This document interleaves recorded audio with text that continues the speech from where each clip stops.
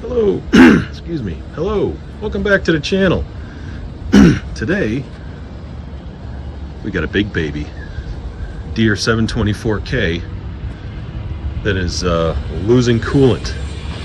Losing coolant at about the rate of about a gallon every 2 days. Kind of tight quarters back here. So let's have a look. So this is a PowerTech 9-liter engine in here. This cover open. Pull this down. So we already looked at yesterday, or day before yesterday. We checked to make sure there aren't any combustion byproduct in the water jacket. So we're not looking at a cylinder head or a gasket issue. The only other two places that coolant can be leaking or mysteriously disappearing is through the EGR cooler right there. And we obviously have some sort of an exhaust leak, small exhaust leak happening right there. But the other place is right out the water pump. Have a look at this. Let's see if I can show you. If you look right in here, a little tight. There's a little weep hole. Right. Let's see if I can get everything organized here. You see it? There it is. Excuse me. Got a froggy throat today. That's a weep hole. It's behind the between this air conditioning compressor and this pump right here. Got to kind of get a little flashlight in there to see it. Sorry about that. Anyway, there's a weep hole right there. And I have coolant. See if I can show you that. Cooling up. There you go, down underneath.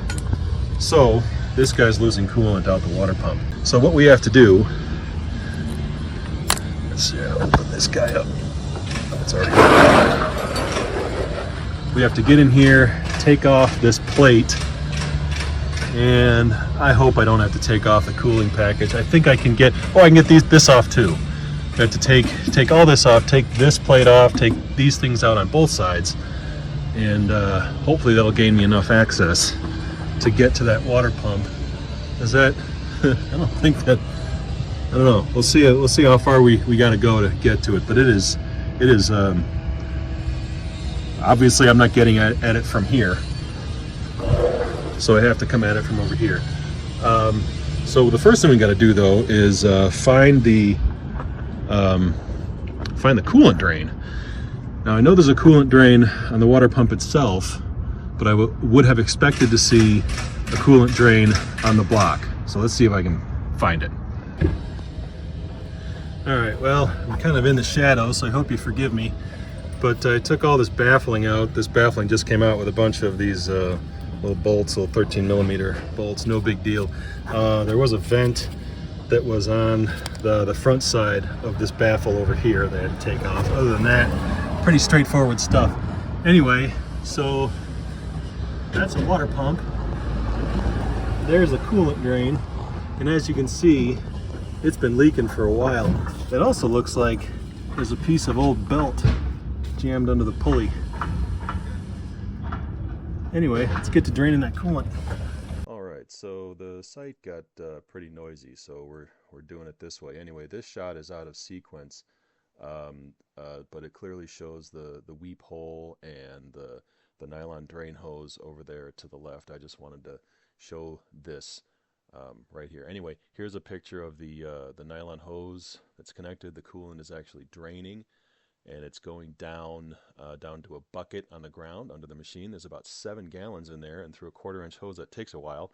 Right, and while that coolant drains, go up there and to the degas bottle on the top of the machine and take off that lid to make sure that the water can come out. Also, now's a good time to disconnect that battery. We're going to disconnect the battery because we have to mess with the alternator. We have to move the alternator. And that's what I'm showing here in this next picture. The alternator is actually sitting on top of the top of the engine in that little half-moon shaped bracket on the right. That bracket actually has to come off. It's just a couple of bolts. It's pretty straightforward, but that's what I did over on that side of the machine. This fitting I had to loosen to get that one of those long alternator mount bolts out. I think that bolt was in there backwards. I don't think it was supposed to interfere with that fitting, but that's just one of the things I had to do. That coolant passage has a couple O-rings on it that we'll have to replace. I'll talk about that later.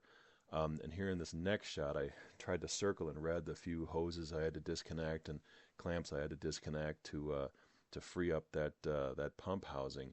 But here in this next shot, the pump housing is out. You can see the impeller.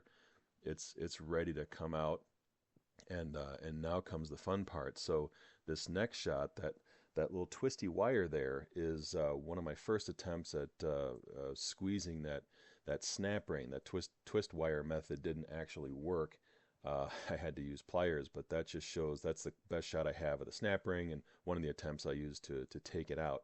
I used angled needle nose pliers to squeeze that snap ring. You have to squeeze it all the way to get it out. But here in this next shot, this is a puller that I had made, that bar with that bolt. I'll talk a little bit more about this later. This was my first attempt. The successful attempt was after I welded this piece. It was too much flex. It bent too much. It didn't pull hard enough on the impeller. So I had to weld on some 1/2-inch steel solid to give it a little bit more body.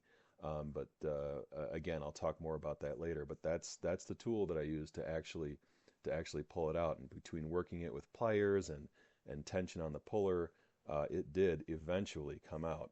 And here's a next shot of it. There's a shot of the puller, and you can see my 1/2-inch solid there. And that's how it came out of the machine, all rusty and dirty.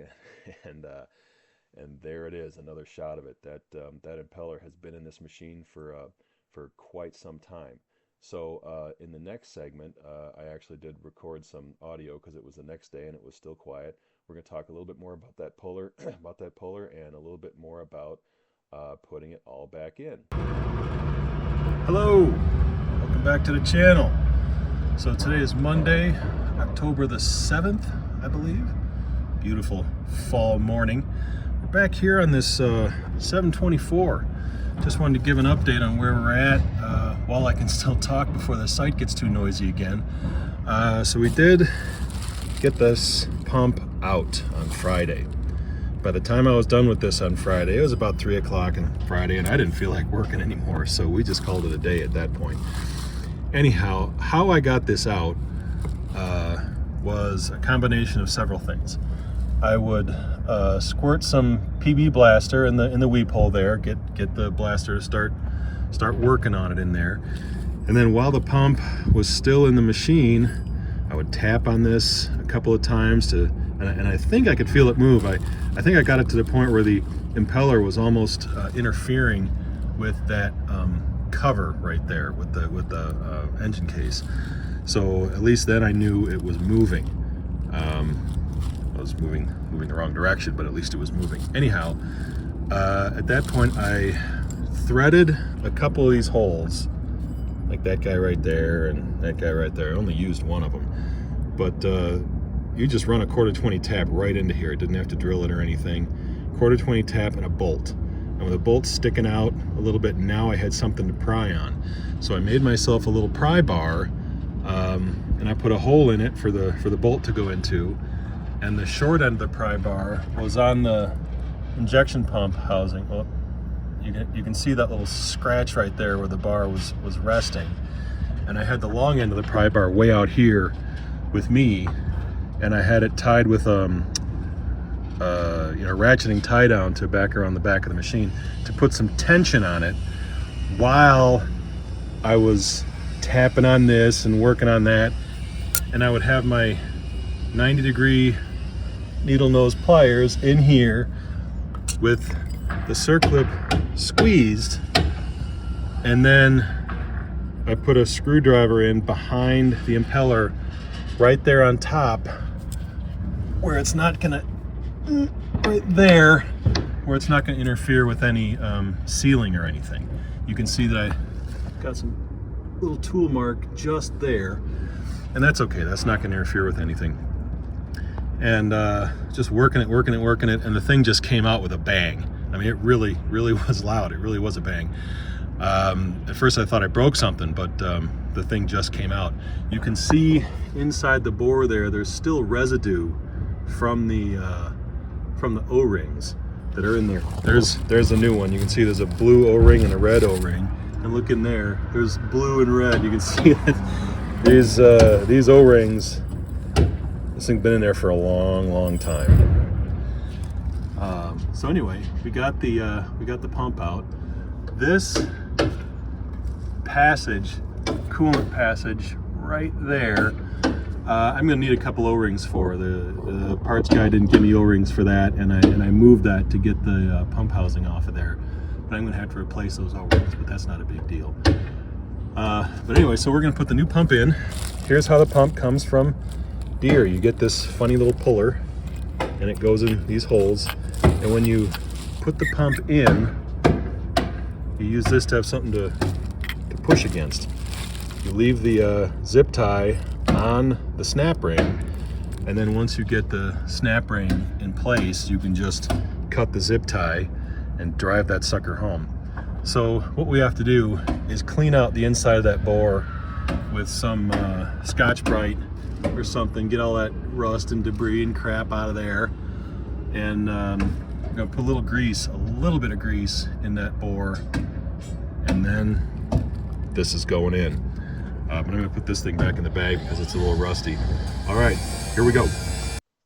All right, we're doing things this way again because the site got noisy. Anyway, you can see that the alternator bracket is back in sort of temporarily to give something to pry against to push the pump in. But once the bore is clean, the O-rings are lubed, and that snap ring is closed all the way, the pump really does go in pretty easily, and you really don't need much to pry against. It just goes in with a nice, neat little snap, and then you just pull off that zip tie, and off you go. And there's a shot of the pump, the new impeller in place. Everything is looking good, and from here on out, the installation is the same as removal, and it's pretty straightforward. Here's a shot of the pump housing back on, and that you torque those bolts to spec. Once they're all in, and threads are clean and everything, you're ready to go. And then here's a shot of the alternator or the compressor bracket going back in. By the way, that lower right hand bolt has a spacer behind it that's quite a bear to put in. That was quite a challenge. Anyway, installation here is pretty straightforward. It goes in the same way it came out, just a bunch of nuts and bolts, and that's it. And I want to thank everyone for watching this video, and if you enjoyed it, like and subscribe. Thank you very much. Have a good day.